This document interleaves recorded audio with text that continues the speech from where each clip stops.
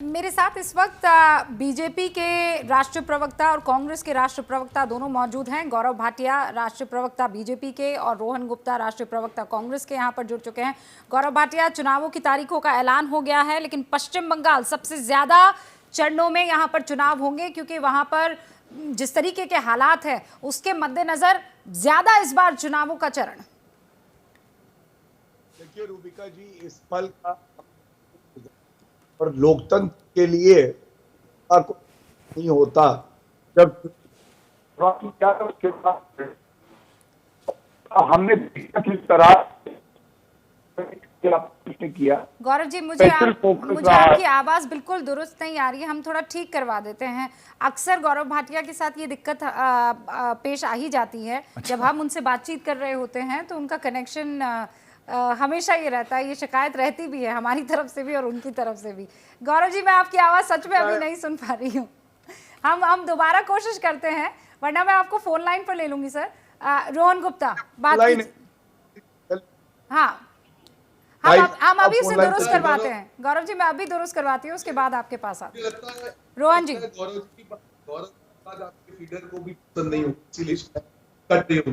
मैं मेरी बात खत्म कर लूं, मजाक में बोल रहा हूँ जी। अच्छा, मजाक में जो आपने बोला वो हम सच में सुन नहीं पाए, तब कनेक्शन आपका भी गड़बड़ था।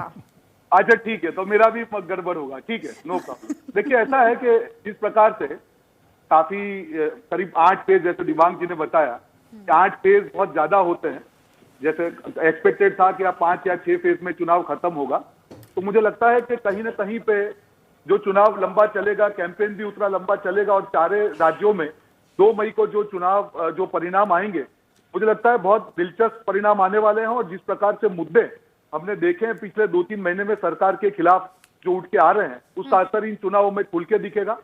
भाजपा एक ऐसी पार्टी है जो एक राज्य में एक मुद्दा उठाती है, दूसरे राज्य में दूसरा मुद्दा उठाती है, और वो सारी जो हिपोक्रेसी है, जो किसानों वाला मुद्दा है, जो युवाओं वाला मुद्दा है, महिलाओं का मुद्दा है, सारे मुद्दे पे जनता इस बार भाजपा को। रोहन जी, अब तो सीईसी ने भी चुनावों का ऐलान कर दिया है। आप तो पश्चिम बंगाल में राहुल गांधी के चुनावी दौरे का ऐलान कर दीजिए। अब तो इन्होंने भी ऐलान कर दिया है। सर, राहुल गांधी कब जा रहे हैं पश्चिम बंगाल? जब समय आएगा बिल्कुल जाएंगे, आपको बिल्कुल बता देंगे कब जा रहे हैं, और बहुत जल्द जाने वाले हैं, टेंशन मत कीजिए। हमारा काम नफरत फैलाना नहीं है, ये टीएमसी और बीजेपी को गंदगी फैलाने दीजिए। लोग परेशान हो रहे हैं। जब ऑप्शन की बात आएगी, जब जनता डिसाइड करेगी कि बीजेपी को भी नहीं देना है और टीएमसी को भी नहीं देना है, तो किसको देना है? तो एक ऐसी पार्टी देश को और वेस्ट बंगाल को संभाल के इकट्ठा करके रखेगी, उस पार्टी के साथ में जनता जाएगी। तो इसीलिए फैलाने दीजिए। लोगों को परेशान जो कर रहे हैं, बुरी तरह से जनता परेशान होगी। और बीजेपी टीएमसी 2, एक जो वेस्ट बंगाल का स्लोगन हो गया कि बीजेपी टीएमसी 2, दोनों मिलकर नफरत फैला रहे हैं। दोनों मिलकर, दोनों बड़े भाई छोटे भाई की तरह अपने दोनों मिलकर नफरत फैला रहे हैं। तो राहुल गांधी प्यार बांटने कब जाएंगे? आप मुझे कह रहे हैं जल्द जाएंगे। अरे भाई, 2 मई के बाद जाएंगे कि 2 मई के पहले जाएंगे? कोई तो मुझे ये बता दे।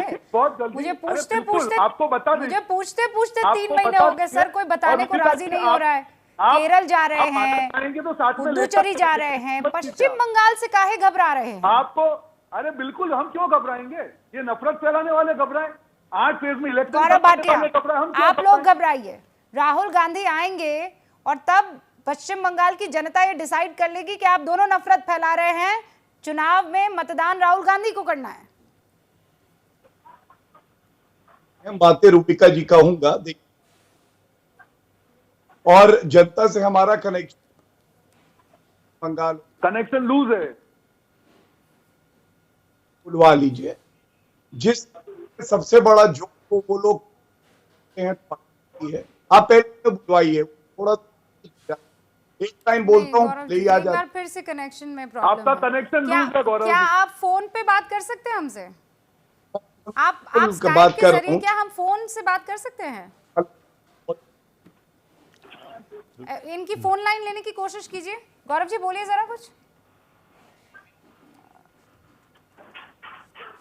उन्होंने म्यूट किया, आपने म्यूट किया है? नहीं गौरव जी, आपने फोन म्यूट कर रखा है क्या?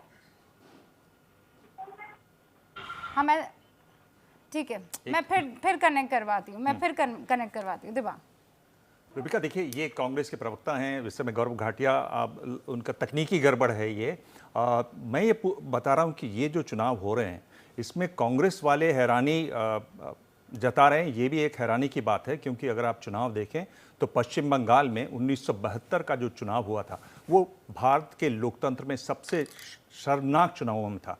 सिद्धार्थ शंकर राय उस समय मुख्यमंत्री थे, 71 का बड़ी लड़ाई जीती थी इंदिरा गांधी ने बांग्लादेश से, लेकिन सिद्धार्थ शंकर राय को कहीं लगा कि वो हार सकते हैं। जिस तरह से बूथ कैप्चरिंग हुई, जिस तरह से वोटर्स को वापस लौटाया गया, इतना शर्मनाक चुनाव हुआ नहीं पश्चिम बंगाल में। तो कांग्रेस की इसमें काफ़ी जवाबदेही है।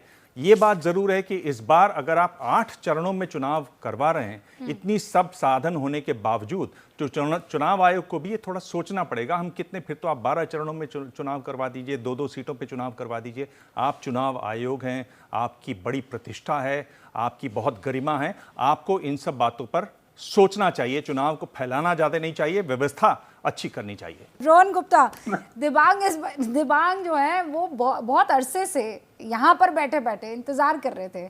हम एक दूसरे का चेहरा देख रहे थे कि भाई कब आएगी, चुनावों के तारीखों का ऐलान कब होगा। The most important part of the press conference वो वही था, और उसे आते आते बड़ी देरी होगी। और जब आई तो वो 8 चरण जो है पश्चिम बंगाल के लेकर आई। जी बिल्कुल, जैसे दिवांग जी ने बताया कि देखिए चुनाव फेज में होना चाहिए, पर 8 फेज मतलब मुझे लगता है बहुत ज्यादा एग्जॉस्टिव हो जाएगा। और जिस प्रकार से दूसरे स्टेट में एक एक फेज में कराया गया है, समझ सकते हैं कि बंगाल एक बड़ा स्टेट है, 4-5 फेज में भी हो सकता था। तो मुझे नहीं लगता है कि सीईसी की बात पे उससे ज्यादा हमको कमेंट करना चाहिए। मैं दिवांग जी की बात से सहमत हूं कि कम से कम 4 या 5 फेज में होता तो बेटर होता, इतना एग्जॉस्टिव नहीं होता। अगर मैं प्रैक्टिकलिटी के ग्राउंड पर दिवांग आपसे पूछूं कि क्योंकि वहाँ पर राजनीतिक हिंसा, वहाँ पर जो माहौल है वो बड़ा संवेदनशील है, और शायद इसी को देखते हुए चुनावों के तारीखों को और इन चुनावों को 8 चरणों में कर दिया है, तो पहले से ज़्यादा हालात ख़राब है, आप ये मानेंगे? देखिए रूबिका, आप बहस के लिए ये कह सकते हैं कि भाई हम चाहते हैं कि जो भी चुनाव हों उसमें जो लोग कहना चाहते हैं वो बात सामने आए लोगों के, लेकिन हर चीज़ की एक सीमा होती है। फिर तो आप 12, 13, 14 चरणों में चुनाव करवा लें, फिर आप 2 सीटों पे एक साथ चुनाव करवा लें, बाकी सब रहने दें। इस तरह से नहीं होता, आपको व्यवस्था करनी पड़ती है। मुझे लगता है कि कहीं ना कहीं ये बात समझने वाली है, और चुनाव आयोग को ये बात समझनी चाहिए कि कितने फेज में आप एक चुनाव को फैला सकते हैं। आपकी हिंसा हो रही है, पहले भी हिंसा हो रही थी, पहले भी बहुत ज़्यादा हिंसा होती थी। जब ममता बनर्जी कोशिश कर रही थी पश्चिम बंगाल में वामपंथी दलों को सत्ता से हटाने के लिए, तब बहुत हिंसा होती थी। और एक हमने तो वो चुनाव देखे हुए हैं रूबिका, जब हरियाणा जैसे छोटे राज्य में और उत्तर प्रदेश जैसे राज्यों में 50-60 लोग हर चुनाव में मारे जाते थे। हम लोग खुद पिटे हैं पोलिंग बूथ्स में लाके, दोनों पार्टियों की तरफ के उम्मीदवार बूथ कैप्चरिंग करते थे, पिटाई होती थी पत्रकारों की, वो चुनाव हमने देखे हुए हैं। अब चूंकि व्यवस्था बन गई, जब से सेशन साहब ने जो 10वें सीईसी थे उन्होंने शुरुआत की, इस व्यवस्था बन गई है, उसको बनाए रखना चाहिए। मेरे ख्याल से उस पर ध्यान देना चाहिए। एक और जो नई बात इन चुनावों के ऐलानों में दिखी है, मैं दर्शकों को बता देना चाहती हूँ। देखिए, एक तो एग्जाम का अगर दिन, परीक्षा के दिन चुनाव मतदान नहीं होगा, पोलिंग नहीं होगी।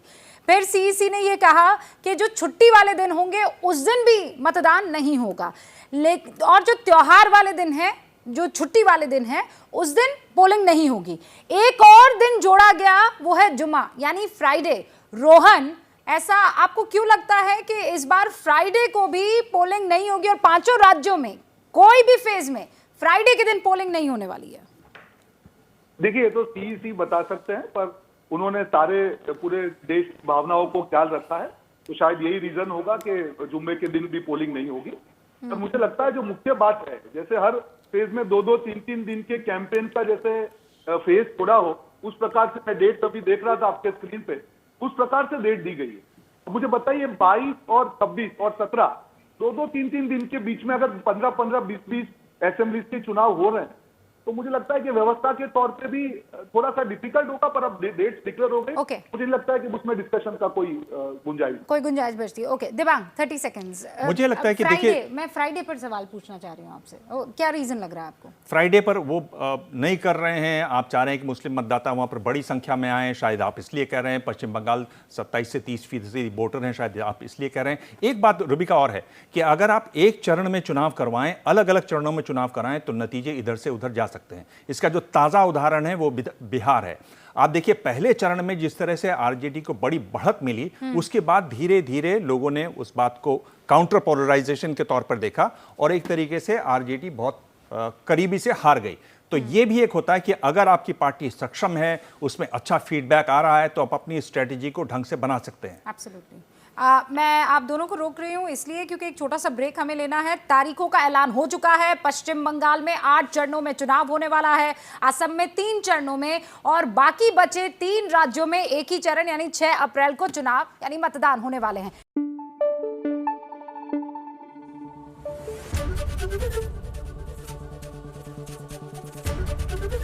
एबीपी न्यूज आपको रखे आगे।